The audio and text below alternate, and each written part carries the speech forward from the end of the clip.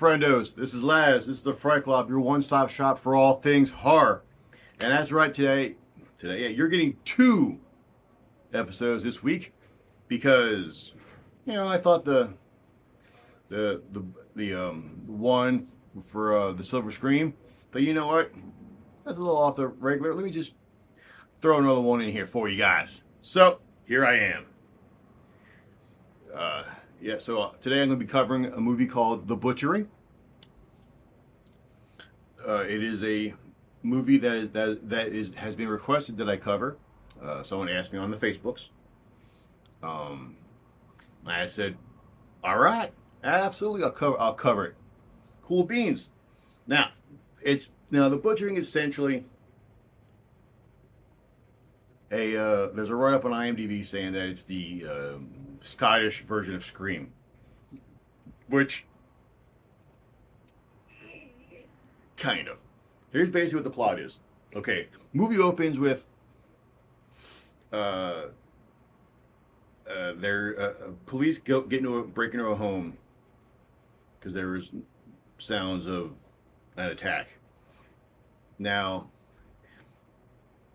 they find the mom and the dad killed, but they know the kid, apparently, like, mom's an alcoholic, dad was abusive, and the kid is gone, and they're like, oh yeah, and there's like a party at the school, whatever, and the kid shows up. I think his name was Thomas.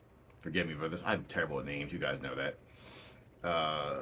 But so Thomas is there, and he's just like, he's gonna wipe out the school, except for these 2 kids who are who survive. So then you skip ahead 10 years or what have you. The guy who survived is now a police detective, and the chick who survived, she's now a radio DJ, and there's people on the radio kind of mocking her, like, oh, look out for Tommy, whoa. And she's all politely telling me to F off.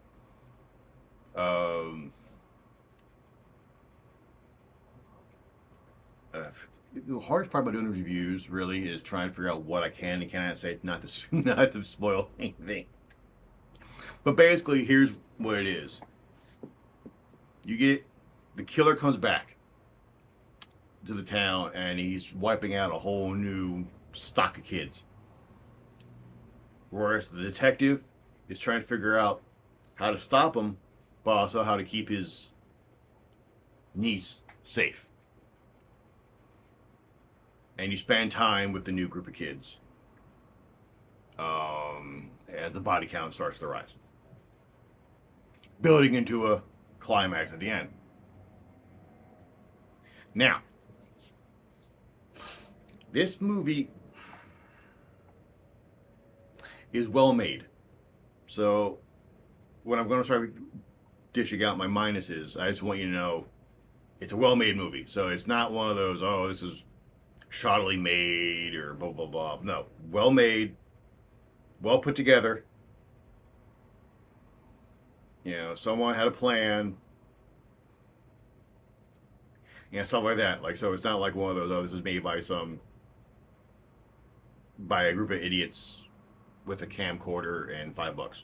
It's just, this feels like it was made by someone who knew what they were doing, had a plan, stuck to it, and had a vision.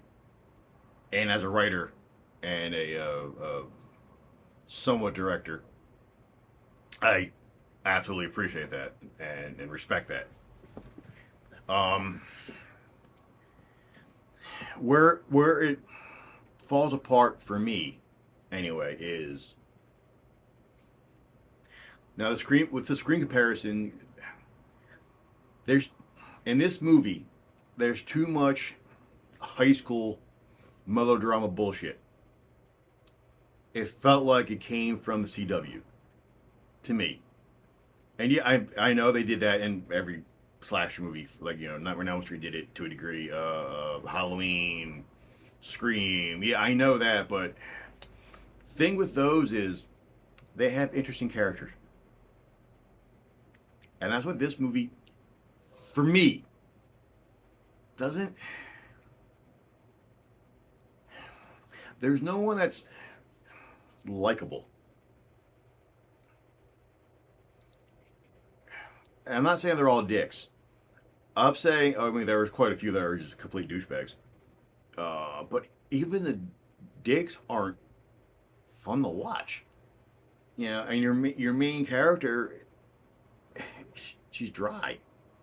Eh. I mean, the best person to watch really is the detective and his new partner. That is fun to watch. That's entertaining. They both, you know, have their characters down and everything. So, you know, it's kind of like that. The kills are kind of. I think this is the part where this movie isn't boring, but it's close. So, and by the way, the person who recommended this, I am so sorry for doing this, but I can't. I have to give my absolute truth, which is, you know, again, this movie, you know, it's a slasher movie, so it's enjoyable in that aspect, but it kind of falls apart somewhere in the drama part for me. Then you get to the ending.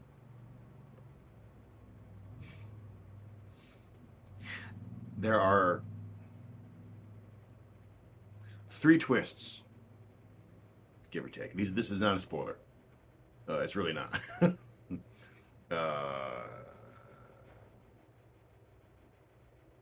And each of them kind of obvious to me. But then again, I'm a writer, and any writer can tell you start pulling things together pretty quick. There's one that is surprising, but in a different way. But all in all, now I got all of my negatives out of the way. Let me get the positives out of the way. In there, I mean, the way the killer looks, really cool. Like, I like the mask is creepy.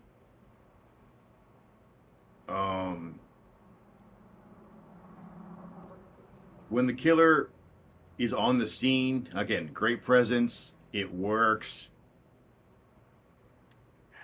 Again, I really like the cops. I like the detective and his new partner.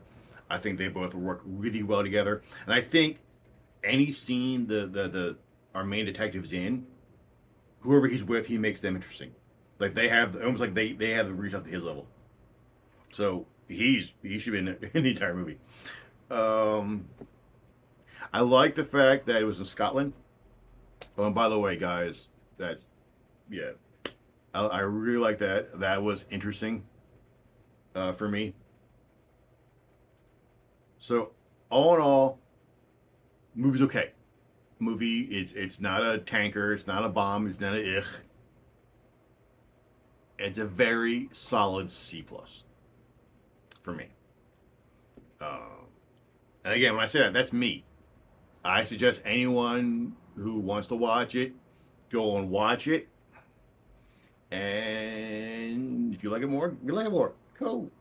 This is on Tubi right now, which, by the way, I love Tubi. I've been watching Tubi a lot the past month or so. So again, I do suggest you guys seek it out. Whenever it comes to a choice between watching an independent movie or a big budget studio movie, screw that low budget. Support the low budget guys. Support them. Get their name out there. Speaking of name, I had it written down for a reason. I forgot. Okay. Now the Butchering is directed by and written by Leo. I am so sorry when I do this. Leo Magugian. It'll be down here. It'll be spelled correctly. But well done. One man show. At least when it comes to the writing. I think he produced it too. So all in all, I think again, good watch. Have fun with it. Until next time, catch y'all in the fright zone.